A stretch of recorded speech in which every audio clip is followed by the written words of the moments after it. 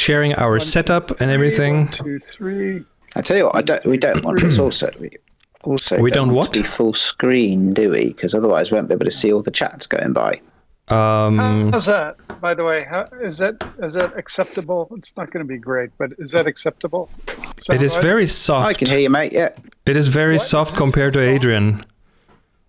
I can switch down my gain if you want. Yeah, that would probably help. If you switch it down a little bit. I said that really confidently, didn't I?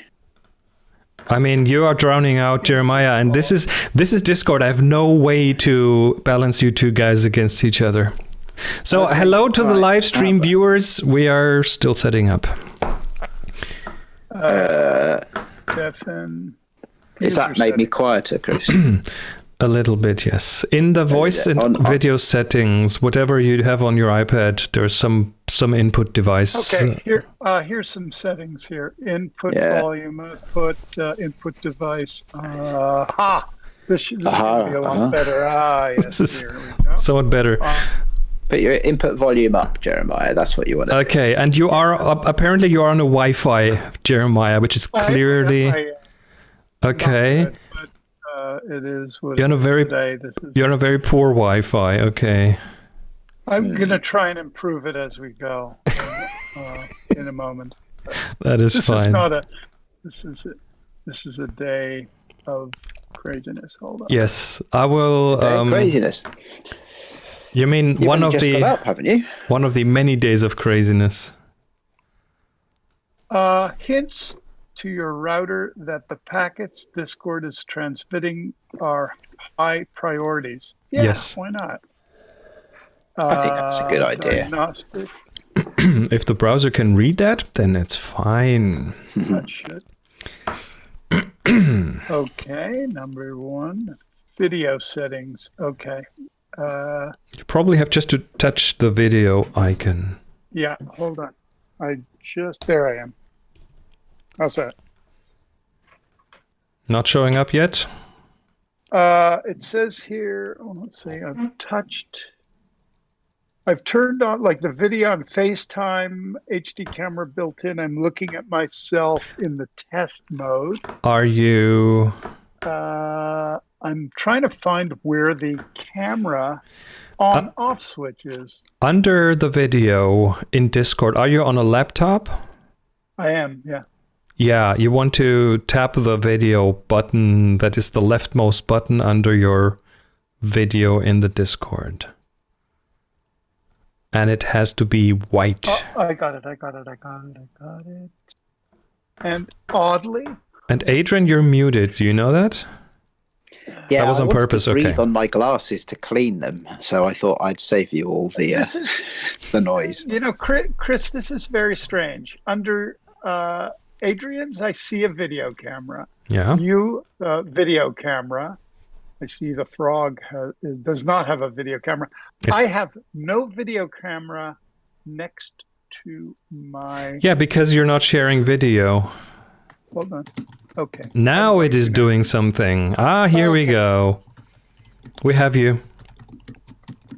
Okay. We can hear and see you. That is good. Let me just see if I can connect me wired quickly. Yeah. Copy the URL. I'm going to do a little tweety.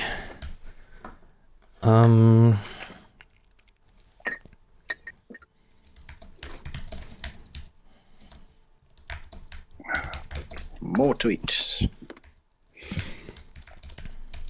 We want more tweets. I did tweet about half an hour ago. So. Yeah, that's fine. Just a last minute thingy. And that one is mine. Good. Okay. Good. And there you are. I can see you now. And twittered out. Here we go. Hello, my friends. Emar cannot make it, unfortunately. That's okay. Hello. Blah, blah, blah. So your volume is still very, very low compared to Adrian. I can put my microphone further away. Yeah, you do. But by the way, you do seem very, very hot in my headphones too. Who? Me, Chris? Chris sounds normal. Okay. Adrian sounds very, very loud. Yes. Adrian is very hot today. Yeah. Hot Adrian. I've turned. Yeah. I don't have an input gain control. It's getting softer the now. Automatic gain control on. Does that help? Oh, you're on your iPad, and that's the problem. There is an automatic gain setting. Is that available on the iPad? I've just put it on. Yeah, I've just put it on. But there's no direct input. There's no direct input control. I'll put the sensitivity right down. Does that help? Okay, quick sound check, Jeremiah. What if I put the sensitivity? 3 1 2 3 1 2 3. Well, it's just the way it is, I guess. Let's see if there's any other settings that I can adjust.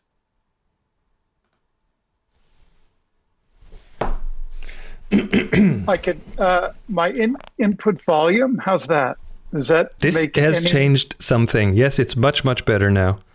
Okay, and Adrian, you are not. You're silent now. Whatever you changed, it cut off your audio. We cannot hear you, Adrian. Okay. How's this?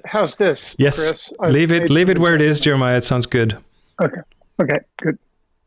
How about now? Is that better? Now is much better, Adrian. Same. Okay. But I'm competing. No, you're all good. The volume on everyone is fine. Okay. So we are the future of photography, and we're great at live lounge stuff. Hey, this is the first time we're doing this, so I think we're doing really, really good because we are recording this as an episode. We are live streaming it on Discord and to YouTube. On Discord, by the way, the Live Lounge text channel is the one where I hope we get some interaction, but if not, that's fine too. Then the live stream on YouTube. In about a half an hour, I have a mess of people coming over, and they may pull me away. They may not. That depends on. Oh, you're doing a party. Okay, we are. Not really. It's my daughter and my son-in-law. That is fine. I have a pretty hard out at 8:00 my time, which is in 40 minutes. So this is not going to be like a massive. Let's be brilliant. Let's start this. Okay, hello everyone. This is The Future of Photography. A bit of a different episode. This is a live stream. This is a video stream. This is an audio stream. We are doing this on our Discord, so it might sound a bit different and definitely look a bit different. We lost our bubbles, unfortunately. Which, I love those bubbles. And then we have a live audience in the Discord in our community home, which is at tfttf.com/join-tfob. If you're watching this, left bottom on your screen, that's where you can find that. And unfortunately, Emer cannot make it today, but we have Jeremiah and Adrian. Hello. Hello. Hi. Very the end of a long day. Enthusiastic. Yeah, it's the end of civilization here, but the beginning of a new day. Yeah, that is fine. As long as we wake up in the morning, everything is okay. I think I have. Yeah, let's check our pulses for a second. Yeah, it's still there. I actually did a little seminar today at the photo show. There you go. I did that. Yeah, so, I did the copyright seminar. Awesome. Wow. So we have about 45 minutes to go here today, because then the stuff will happen, and so we're time limiting this one today. We want to discuss a bit what was going on at the photography show today. It's in Birmingham, right? Well, it's usually it would have been in Birmingham if it wasn't a virtual show today, which gave... It also would have been in March as well. But yeah, but this gave Jeremiah and me the opportunity to go there, have a look at some of the sessions, because they were streaming all the sessions virtually. Yeah. And it was cool. So let's just take turns. I know, Adrian, you watched at least 4 or 5 of them, probably more. I got to watch 3, unfortunately only. Jeremiah watched 1. So why don't we start with you, Adrian, and just give us like a 5-minute rundown on one of your favorite sessions. 5 minutes. Look, can you not see these notes? Oh yeah. Cheers. So I thought I'd take some notes, because I've seen so much stuff today, and I thought I might forget some of it. So it's So it's been really interesting. It's the first time I've ever done one of these things, a virtual trade show or whatever you want to call it. And some of it just made me just smile. Some of it was charming and made me smile and made me feel happy. And other bits of it were slightly glitchy. And overall, I think it was a really good effort, actually. I've enjoyed it. It's not quite as hectic as it usually is, because usually I'm running around the show floor all day and stuff like that. But it has been fun. So what have I seen today? Just in no particular order, actually, probably in chronological order, because that's the way I wrote the notes. I have seen The Art of Seeing with Ben Brain, shooting a BBC documentary series on an iPhone. That was probably my favourite, actually. We'll come back to that in a minute. Changing the narrative of African society. Audio for Video 101. Mobile and Solutions Journalism. I had no idea what solutions journalism is. I'm still not sure. How to tell better stories with the production studio you already own, your smartphone. Being unique, seeing things that others don't. How to use 360 cameras to capture epic stories with no crew. Big up your rig, taking your mobile kit to the max, and how to capture our beautiful world. Now, as you can see, there's quite a lot of mobile stuff. That's a bit of a tour de force you did there. Wow. It's a lot of stuff. It's a lot of stuff. I was going for creative stuff, and I was also trying to find, in the techie area, some of the things that we might be interesting to the TFOP audience, which is why there's a bit of a bias towards mobile kit and stuff like that. And it's been a really interesting one. Seeing the guy who shot a TV documentary series for the BBC on an iPhone. Not just on an iPhone, he had another camera as well. That was a GoPro 4. So, 2 cameras, there you go. 2 cameras, yeah. And he lives on a canal barge, a narrow boat that plies, or did historically ply trade between various different cities in the north and east, and sometimes down to the south of England. And that's what his documentary series and his YouTube channel are about. He was hilarious and really good fun. And that was a good example of the shows, actually, the sessions, because some of them were interviews, one-to-one interviews. So there was an interviewer back at base, and then the guest or interviewee, wherever they happen to be. Others were technical sessions that were pre-recorded, and the people that had done the pre-recording were also live in the chat, so you could chat with them live as the pre-recorded video went out. And so some of that was quite effective. I'm just trying to think of, just pull out a couple of headlines about sort of what I might have learned or seen. Definitely, there's definitely a big push all around the world to using much lighter weight equipment for day-to-day stuff.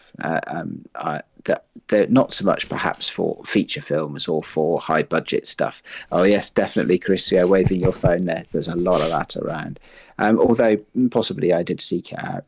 And consequentially, of course, there's a lot of people who are trying to add little bits and bobs to make up for any deficiencies you might have in a cell phone as you go filmmaking, audio being the prime one.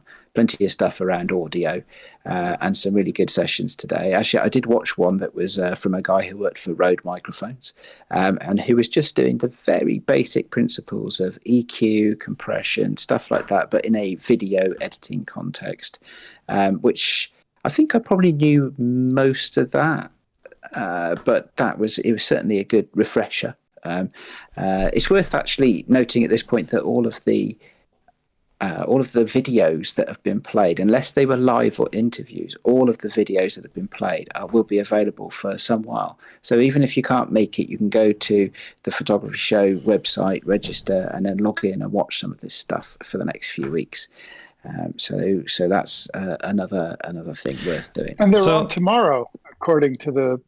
This is the 20th of September 2020 right now. So if anyone's watching this live on the stream, then tomorrow there's more sessions.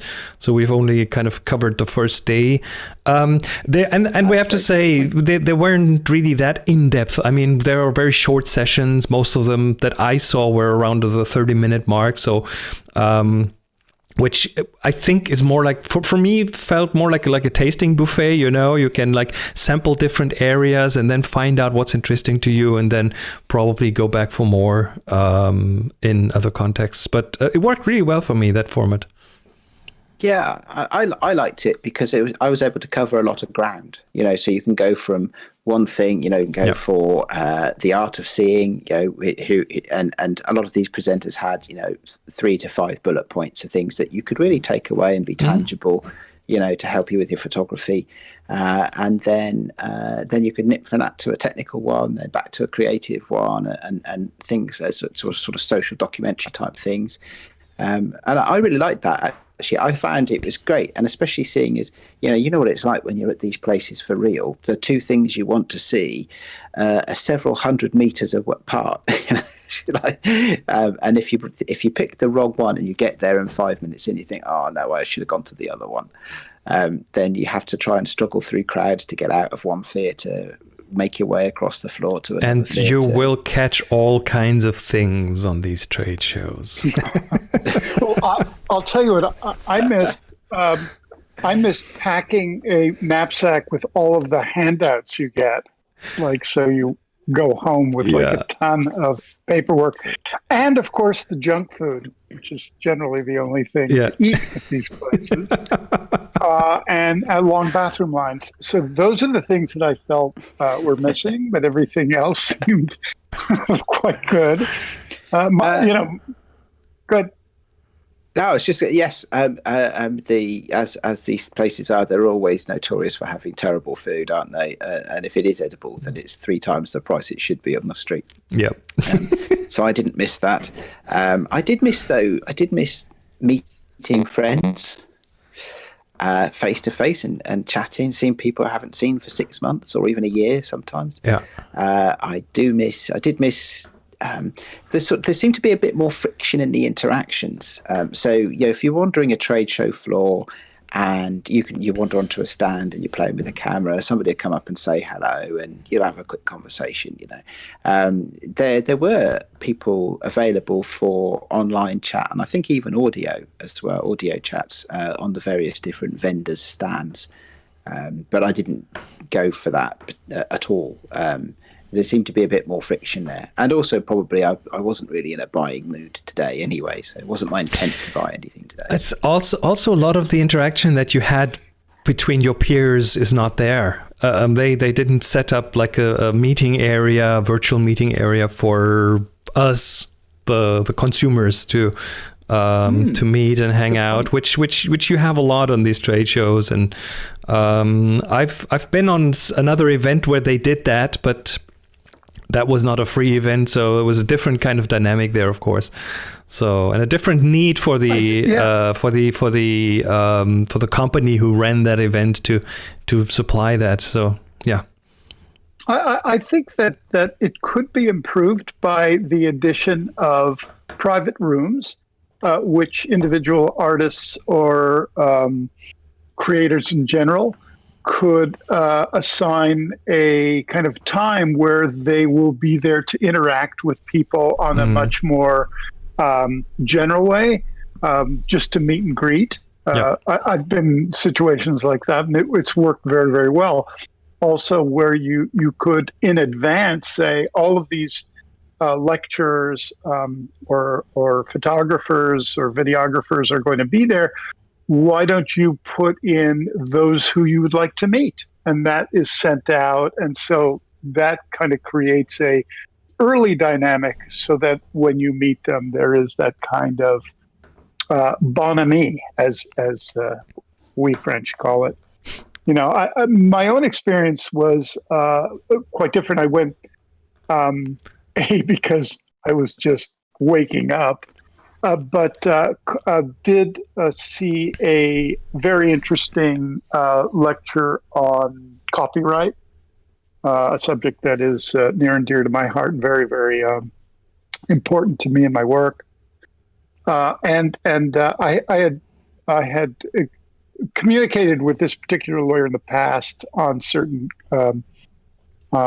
copyright questions. And he gave a very, very thorough analysis and had opened it up to a lot of interaction. There was not a huge amount of people there, so there was a lot of interactive discussion, back and forth, question and answer that I thought was quite good. Of course, at the end of the day, what I took away was the fact that copyright law on both in Europe, the UK, no longer part of Europe, and America are extraordinarily complex, all gray zone, all very much up to individual judges, and in many clear. cases very broken. Yes. Completely. So I came away feeling not quite despondent, but like that every approach to copyright, whether you are on the kind of misuse side, so-called, or on the protective side of your own work, is extraordinarily gray, complex, and there is no road to follow to either protect yourself or reappropriate work. And that I think is in terms of our future photography, something that will either harden in terms of the definition of who owns what, when, how licenses are disseminated, what is the fair price for someone who does misuse copyright. All of those things will either harden and be like any kind of evolving legal evolution, or it will just be more and more chaotic. Because I'm on the Political Action Committee of the Directors Guild, we meet often on protecting copyright with senior officials, senators, congresswomen, etc., and people of the executive. And the problem we have, and I've been part of testifying also in Washington. One of the problems with it is that the lawmakers on everywhere in the world are not that familiar with what it really means to create work, to redress work, to reinvigorate old work. So they don't have the kind of deep understanding that artists or even publishers have, and that creates a lot of problems for their staff. And so legislation is very difficult to move through, whatever our collective systems are. What is the name of the speaker? I will tell you. I'll tell you in because a moment. I think some people might want to go and watch some of those sessions. The thing is, the stuff is available online for free, so it's not a paid event, so everyone can join in there. And it's also categorized, isn't it? So when you log into the show, the content is in streams, and one of the streams certainly was about the business of stuff. Yeah. So I watched. Yeah, it was in there. Richard Leibowitz, I think. Okay. Leibowitz Law Firm. We could put this up on a show note too. Leibowitz Law Firm specifically is engaged in I think photo copyright on both sides of the equation. Okay. And he seems to know a lot about it. So look for that. Okay, so I've watched several sessions, and I've looked some more on the creative side of things, including one that was quite unassuming, but it did something with me, and it was The Art of Backlight by Andy Parkinson. And what he did is, he basically showed photos. He's a wildlife photographer, so he showed a lot of wildlife photos that were all very heavy on the backlit side, and I'm a great fan of that type of lighting because it always adds interest to things. Me too. I kept saying on workshops that everyone should have a backlight with them all the time, just to look good on portraits. Just to have this attached somewhere behind your head in a sort of a harness. And very different kinds of backlit photos. He doesn't artificially light it. He says he artificially lit 3 photos in his career with big strobes and things, but he just gets up really early in the morning and is up late so that you get the the situation where light is very low, very direct, and then you have a swan with like the feathers around it being lit up, and it's almost a silhouette, and then it's splashing water. You have these water splashes in the air in front of a dark background, like really striking photography. And it's a future of the photography thing for me, because we see cameras kind of doing depth estimation and rejiggering the lights a bit, like changing the way the light falls on something based on the depth estimate, and it's looking okay, but that's the kind of stuff that no AI at this point will be able to do, or if then nowhere near the fidelity of this. So it's really a good exercise. Watching that talk is really a good exercise in understanding a bit more what light actually does, because that is just stunning. The power of backlight is so much more sculptural and yes.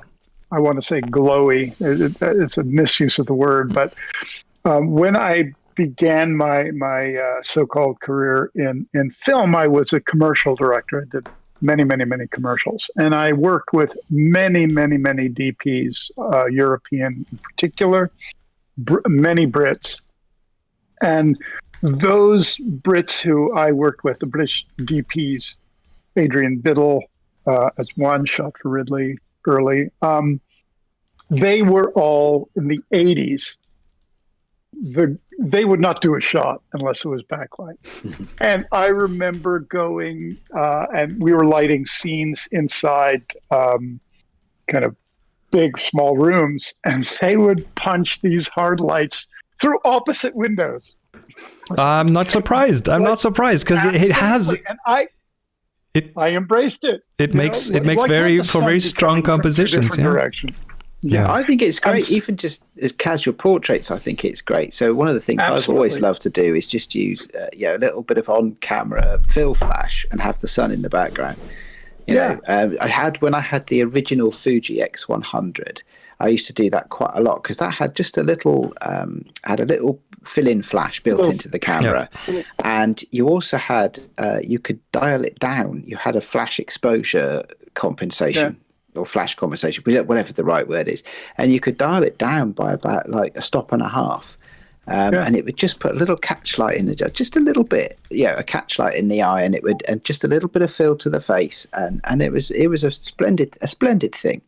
And Parkinson did both. I mean, he did like really hard silhouettes with just a rim of light around them, and some where he had a lot of light in the front, like I think it was a hare jumping over snow, so there was lots of light coming from below, reflected from the snow. So really, like, all the different kinds of things really makes you think, and really kind of drives home the point that the machine learning things are not really ready for that yet. We still have to see the light and watch the light. Yeah, I think you're 100% on this, that there are things that even if AI could generate some kind of automatic exposures, it would not be as sensual or dynamic as the ratio of backlight to front light.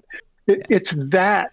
Some images are just so incredibly powerful when you have a blasting backlight. And it's the reduction, it's the reduction, and it makes the viewer work. It makes their brains work and put together the puzzle pieces, because they only get a very limited amount of information from just a rim of something. Yeah. It seems to me that we should do an episode on lighting and the future of lighting in terms of all these new technologies which are available, and what will work and what will forever be under the best auspices of nature, and so creating that, it's probably well worth the conversation. Making a note about this. Like it'd be well worth the conversation. Yeah, it is an interesting one that when it comes to those elements of the craft. I mean, if the craft is the human craft and skill is still needed. It's called to mind one of the other sessions I watched. I think, Chris, you watched this as well. which was the how to be your own crew using a 360 camera. Yes. And I think, as as funny as it was to watch, I think the technology in that particular camera probably isn't quite up to it yet. I mean, it was unfortunate that the video seemed to have been shot at the beach on a very bright and sunny day, because it really did. It really did show up some of the weaknesses in the sensor. It showed the limitation in the dynamic range so well. I mean, it's amazing what you can do with these 360 cameras. It also moves a lot of the work that you do as a creative.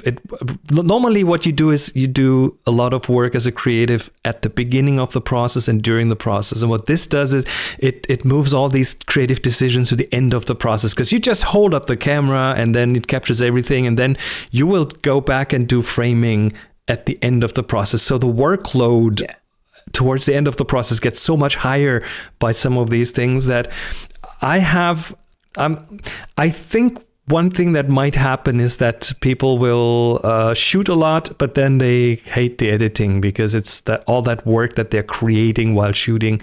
And so that's I think that's a weak point of these kind of cameras, that they create a mountain of work at the end of the process. I think they do. But if you are a one-person crew and you don't have any choice, then at least there is an option. I think we need a bit of maturity there. Talking about the future of photography, I think these things have become really interesting when they become a bit cleverer and they have things like built-in ND filters.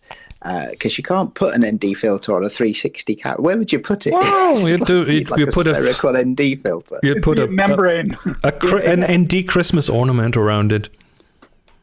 That's it. Membrane. My beef with 360 cameras are more from the storytelling point of view, which is unless you go into a situation with a point of view, what you're really doing is just making a general capture and then inventing it later. Not that you can't apply great creative sensibility. I mean, Jim Cameron's movies are effectively shot like that, in a much bigger scale. But what is orchestrated beautifully is the blocking of the dynamic movement between people and the relationships. They're there for the eye to see, and then the capture can be adjusted so that subject itself, like theater, is very, very much the inception. I mean, in still photography, I don't see it yet.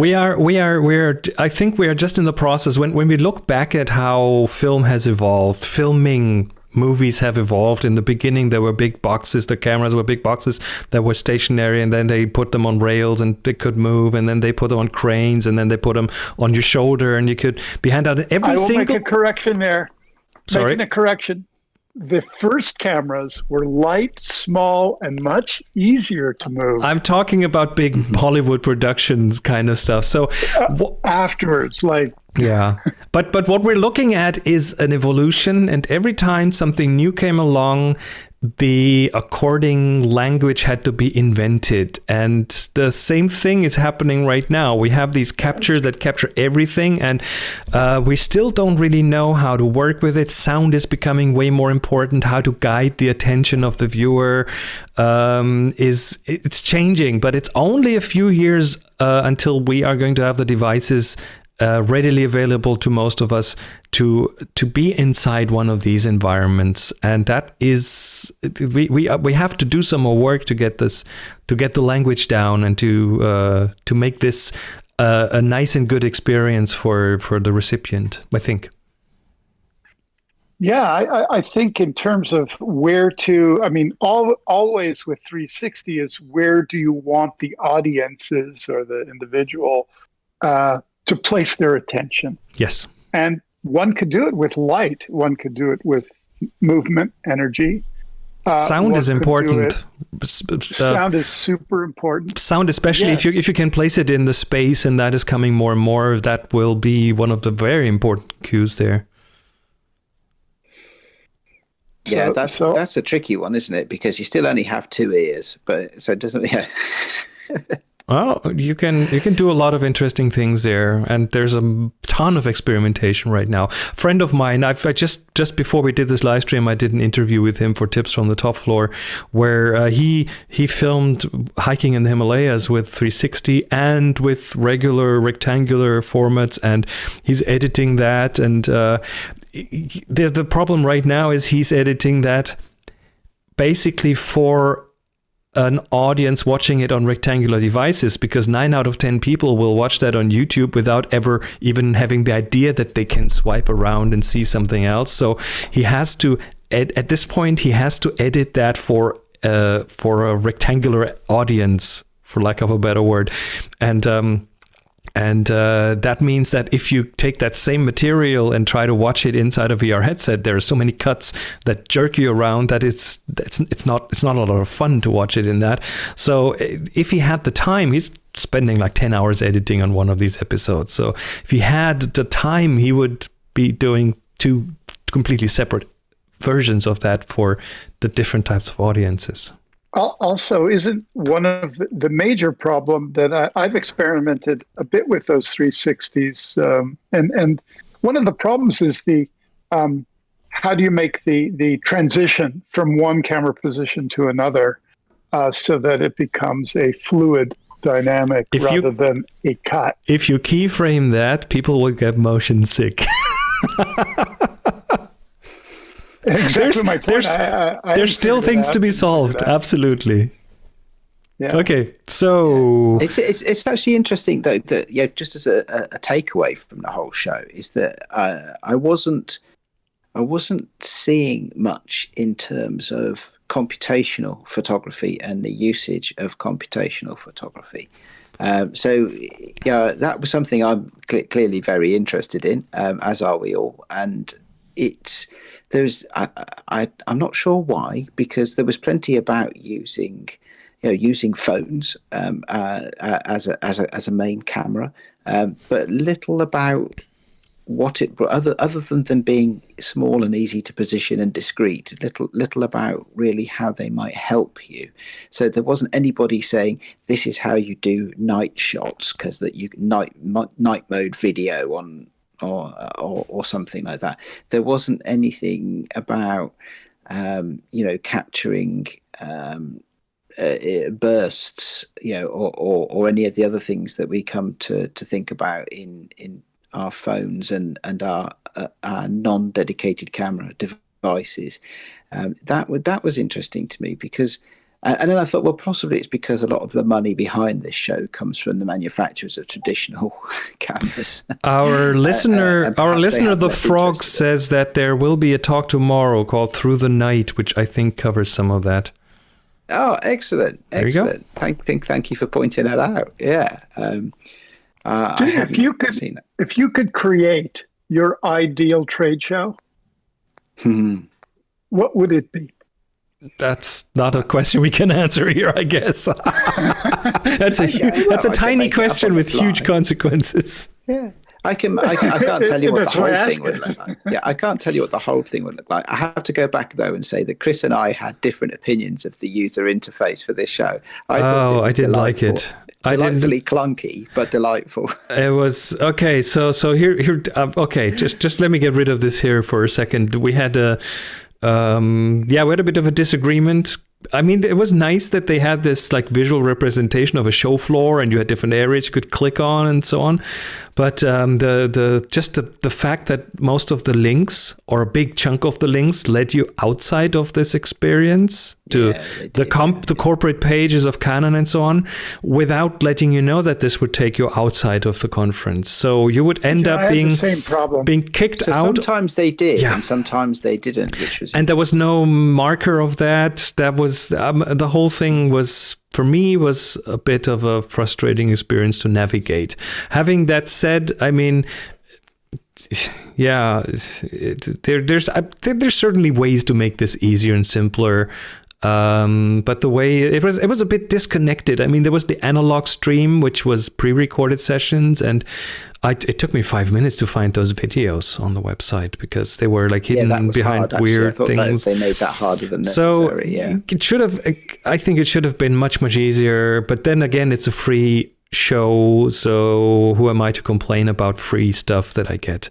That is interesting. I was really referring to what the best subjects of who would you invite to a trade show, given that a normal trade show where you could walk around, or a virtual one. But what would be the ideal one? I mean, obviously there would be new gear or old gear, how to use it. There would be inspirational stuff. There would be galleries. There would be a section on corporate. But should a trade show have a theme each year that really drives the focus, or should it be just so general? If you have a template for this and it's something that you can easily create with a different set of content, which I think is probably going to be possible, then why not have one of these every other month with a new theme? I mean, this could really be done now because people don't have to travel. They just need to free up like half a day for a bunch of sessions and do this I'm thinking about the workshop business because here in Germany, our happy shooting workshops, they don't happen right now, and we are looking at virtual ways to do them. And I got some distinct feedback from some listeners saying that, we have a family, we have lots of stuff, we are in front of screens all the time, we don't want to block off half a day to do something. How about making this instead of a weekend workshop thing? How about making this into a group that meets up every few weeks, and we discuss photos and we do assignments together. But it's like a short evening meeting for maybe an hour, and that happens every 2 or 3 weeks, something like that. You mean like change Alcoholics Anonymous? Sort of, but make photographers anonymous. But change the format in ways that the online world lends itself to, as opposed to having this 2 days and everything is together, which is nice because it gets attention, but it's kind of tough to sit through like an entire 2 days of sessions. You probably won't really do this, whereas at a trade show you would have done it. And it's been pretty intense today, and it's disturbingly like what I do Monday to Friday as well. And that's a bit of a problem with the online conferencing world, yes. It is a bit of a problem, but it is also nice that I've been able to say, okay, here's a day, I'm going to focus on this for a day and get value out of it. But you are doing this from your home. There's your family around. There's friends. There's like lots of distractions. Well, they were all out today mostly, so it was fine. But like it is an interesting one though. So what I've experienced today is very much an attempt to in some ways replicate what you would get at a normal trade show. I mean, there were people online, staff behind the exhibition booths who you could chat to and stuff like that. And it did seem perhaps that some opportunities were missed. It could have been more about, there could be maybe more of a theme. It could be more based around work, actually seeing work as opposed to doing work. And it could, and maybe even more on education. Although there were quite a few interesting and educational type things as well. I'm always interested. By the way, on that point of education, I'm always interested in like a real, just tell me how you guys feel, like where there would be, say, 5 hour or half a day on printing technologies, like just from soup to nuts, just everything you want to know about printing on the highest technical level, whether it's book printing all the way to cyanotypes to making a daguerreotype, coating emulsions, using the latest Canons, using the latest Epsons, the new printers that are coming. Like, I think that is great. Like to actually dig down and use, that's what I meant by a focus theme. One could be on lenses, glass, from old Russian glass, adapting that to what's coming in terms of fluorite what could it? Those things would really be inspiring and also interesting, but also commercial and commercially viable for the sponsors. So I think making it too general feels to me that the attraction of this show felt more for starting photographers, for people who are looking just to what's interesting, to get a taste of everything, pretty much. Yeah. It is a very consumer-oriented show. Apart from that, some of the equipment is pro equipment. A lot of the content of the show, and it's always been like that. This particular show has always been quite consumer-oriented. But I don't think that. I think it has a larger addressable market if it pitches itself that way. Perhaps, and then maybe the concept of, I guess, another name for what you've just described, Jeremiah, is masterclasses. And to have that kind of in-depth approach. I want to be useful. I want to interject here because the master classes are really targeted towards the high level of things. But what I see as an opportunity with the themed ones that Jeremiah mentioned is to have something that has something for every level, like people who want to get started with, let's say, cyanotype. People want to get started with that. People who want to go more advanced. People who want to go to the most masterful level. So have everything in there, so everyone can dive into a topic. And it doesn't have to be a cyanotype. It could be a bit broader and say printing, and that could cover much more and lots more things. I think there are opportunities to change the general format of things. Yeah. But by the way, one talk that I watched that I found interesting and very, very relevant to what we are going through right now was A Journey Through Isolation with David Yarrow, who's a photographer who I think does a lot of commercial photography. And he, I didn't know him before. He has a very distinct, very high contrasty processed style, black and whites, which is for my taste almost a bit over the top, but again, that's just a matter of taste. And he talked about photo shoots, different kinds of photo shoots, and showed photos, and it was an interview, but it was very well edited. Like there was camera switching, he was showing what he was talking about, which was very helpful, and a lot about the shooting in the context of COVID, where like how do you do the logistics to get somewhere? For example, like one shoot in Iceland, he said it wasn't a problem to get to Iceland because Iceland's second biggest money maker is the film industry, so they kind of need that. So they were relatively easy on getting into the country and working there. Of course, you had to be tested and everything, but then talked about the logistics team that helps getting these things done. Like on some photo shoots, there was like temperature testing 5 times a day.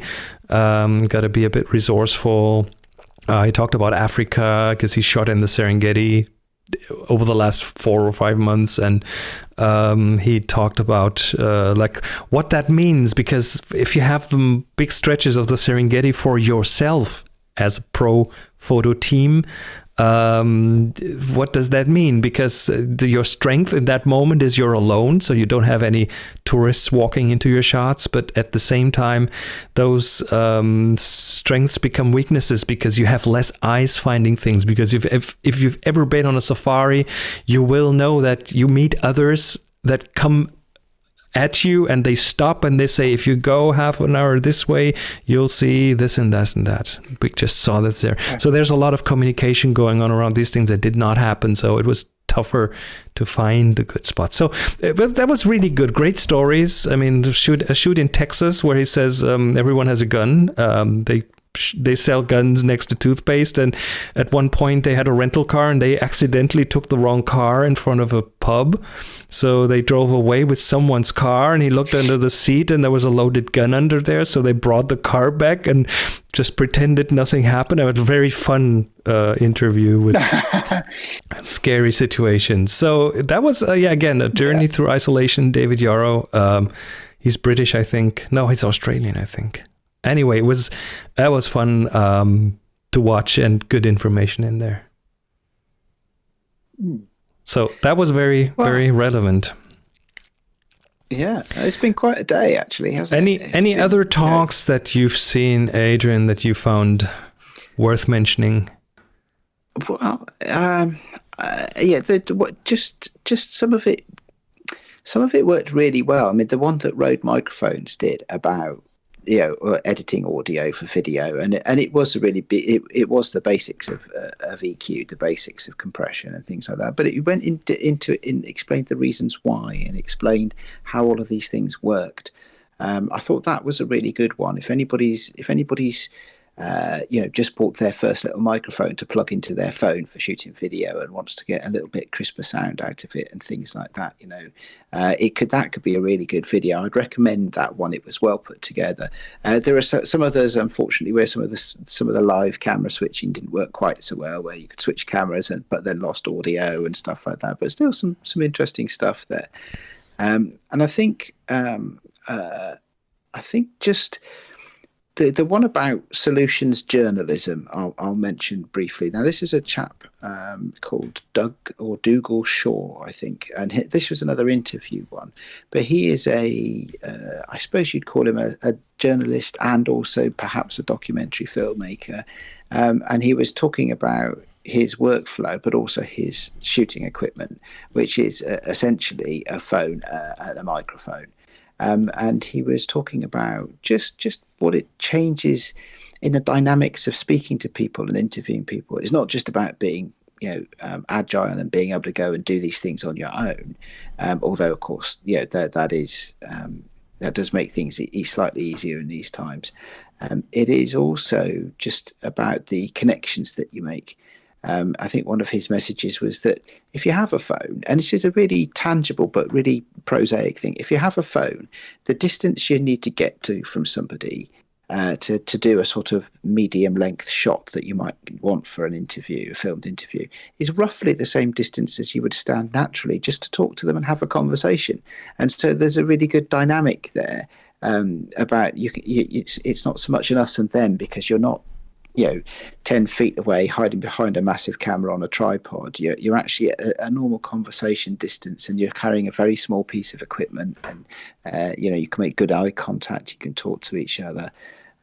He said it was he did have a little clip where he was trying to do the same thing after COVID had kicked in, and his microphone, instead of being mounted on the little frame he was holding the phone in, was now then on a 4-foot boom pole because he hadn't got too close.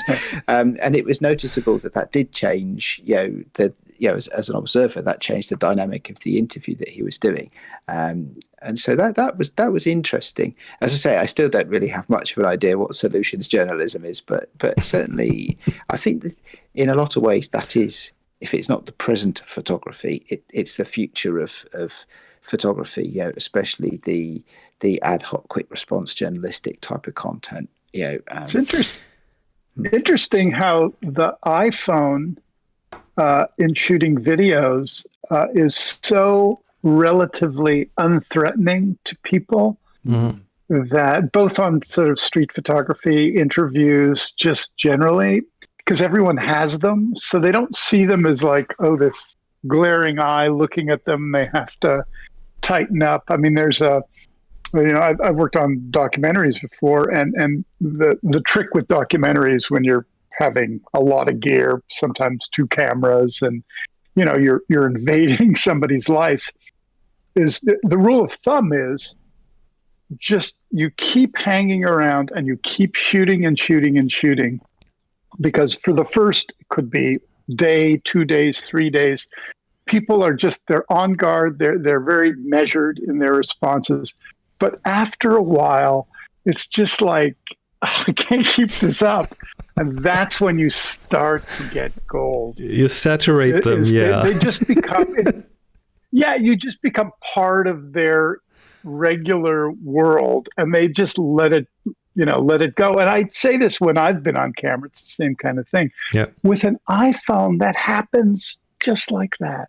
A lot quicker, because it's just a familiar, piece of technology that everyone understands, likes, embraces, and go, of course you have an iPhone. Of course you want to take a picture of me. Yeah. And I think you get a lot of different kinds of things. And I think that is a very exciting movement. I think it is. I think it is different. And as the technology in these phones gets better, the compromises you have to make, the quality versus connection, perhaps being historical compromise you have to make, that's less of an issue. One last thing, though, on the technology front, it was interesting to note that everybody that had a phone had an iPhone.